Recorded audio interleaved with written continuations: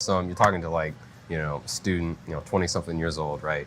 What are practical kind of, if you were to lay out, Dr. Hanson's game plan for somebody, like what are practical steps that For a every day, 20-year-old? well, 21-year-old, but practical steps every person can take to sort of like make a difference or, I think the problem we have with 20-year-olds is they have been sold a bill of goods that they have to be cosmically moral or cosmically politically correct or cosmically woke.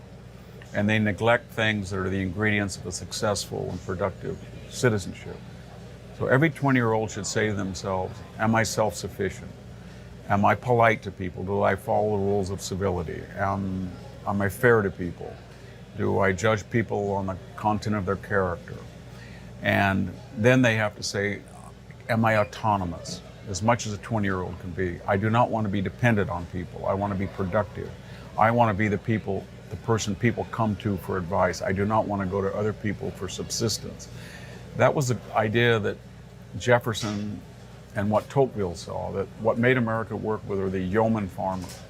And they combined their mind with their body, and they were not a dependent class. And even Tocqueville even talks about prolonged adolescence.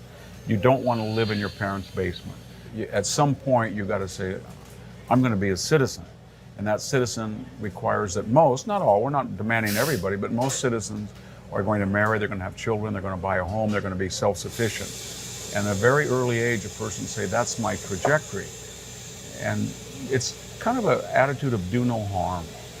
But if you do the opposite, if your own life is a mess and you're not able to take care of yourself, but you're judging people all the way across the world, or you're living in Palo Alto and you're saying, I can't stand those people in Mississippi that you've never seen, then you're cosmically woke, but you're personally a liability.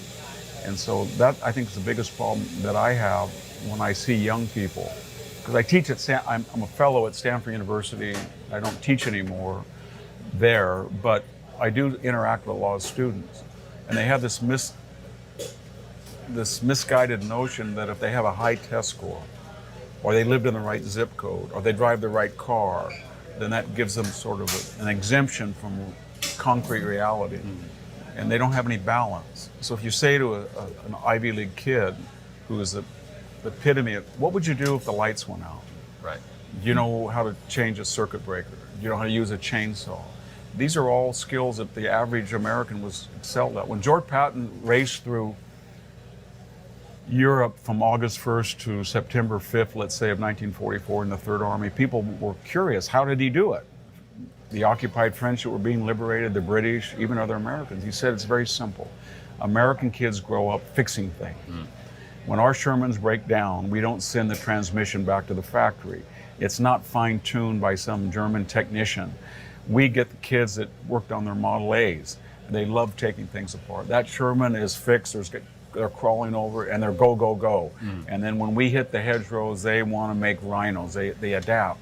So what he was basically saying is that generation that came out of the Depression was very versatile, and they were very imaginative, and they were very mechanical.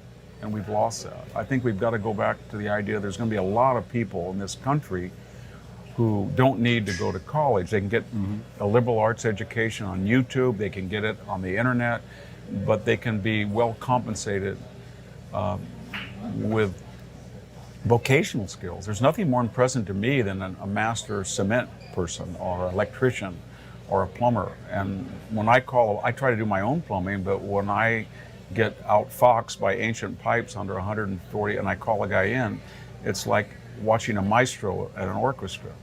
And he's rewarded far better than most of the professors I know. And what is wrong with what he's doing? Right.